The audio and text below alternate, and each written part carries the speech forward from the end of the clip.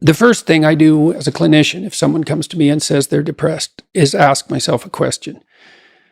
Well, what does this person mean by that? So I have to find out, like, because maybe they're not depressed, maybe they're hyper anxious, or maybe they're obsessional. Like, there's various forms of powerful negative emotion. So they need to be differentiated. But then the next question you have to ask is, well, are you depressed, or do you have a terrible life? Or is it some combination of the two? So if you're depressed, as far as I can tell, you don't have a terrible life. You have friends, you have family, you have an intimate relationship, you have a job or a career. You're about as educated as you should be given your intelligence. Use your time outside of work wisely. You're not beholden to alcohol or other temptations. You're engaged in the community in some fundamental sense, and all that's working. Now, if you have all that and you're feeling really awful, you're either ill or you're depressed. And so then sometimes there's a biochemical route to that, treatment of that. My experience has been as a clinician is if you're depressed, but you have a life and you take an antidepressant, it will probably help you a lot. Now, maybe you're not depressed. Exactly. You just have a terrible life. What does that look like? You have no relationship. Your family's a mess. You've got no friends. You've got no plan. You've got no job. You use your time outside of work, not only badly, but destructively. You have a drug or alcohol habit or some other vice, pornography addiction. You are completely unengaged in the surrounding community. You have no scaffolding whatsoever to support you in your current mode of being or you move forward. And then as a therapist, well, you do two things. Well, if it's depression per se, well, like I said, there's sometimes a biochemical route, a nutritional route. There's ways that can be addressed. It's probably physiological if you're, at least in part, if you're depressed but you have an okay life. Sometimes it's conceptual. You can turn to dreams, sometimes to help people, because dreams contain the seeds of the potential future. And if your person is a real good dreamer and you can analyze dreams, that can be really helpful. But that seems to be only true for more creative people.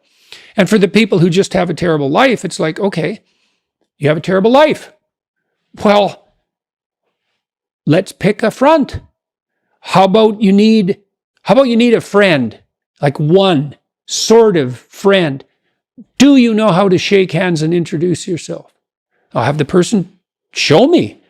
So let's do it for a sec. So it's like this. Hi, I'm Jordan. Right?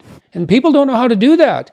And then they can't even get the ball rolling. For the listener, Jordan just gave me a firm handshake. Yeah, as opposed to a dead fish.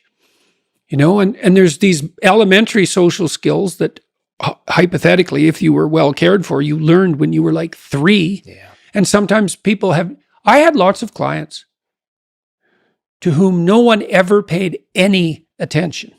And they needed like 10,000 hours of attention. And some of that was just listening because they had 10,000 hours of conversations they never had with anyone. And they were all tangled up in their head. And they had to just, one client in particular, I worked with this person for 15 years.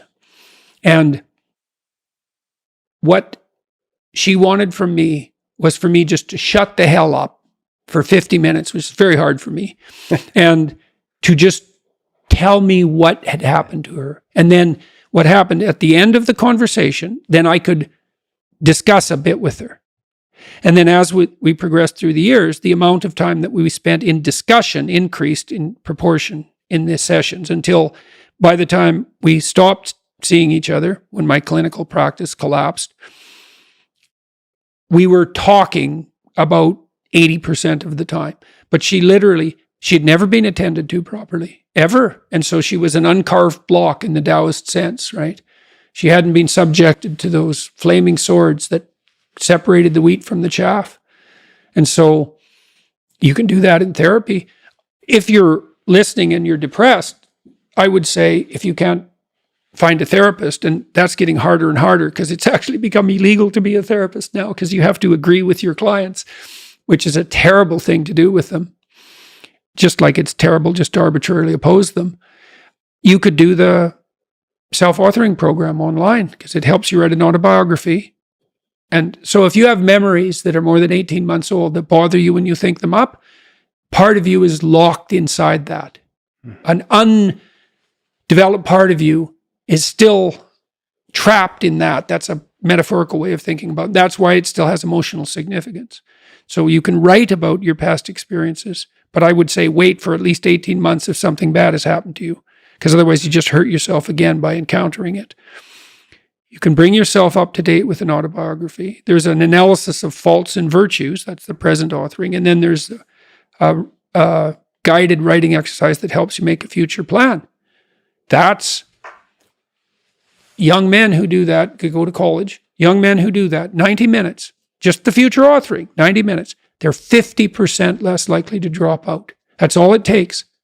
So sometimes depression is this heavy cloud that makes it hard to even make a single step towards it. Or you said isolate, make a friend. Oh man, sometimes The first step is extremely difficult. Oh my God, sometimes it's way worse than that. Like I had clients who were so depressed they literally couldn't get out of bed. So what's their first step? It's like, can you sit up once today? No.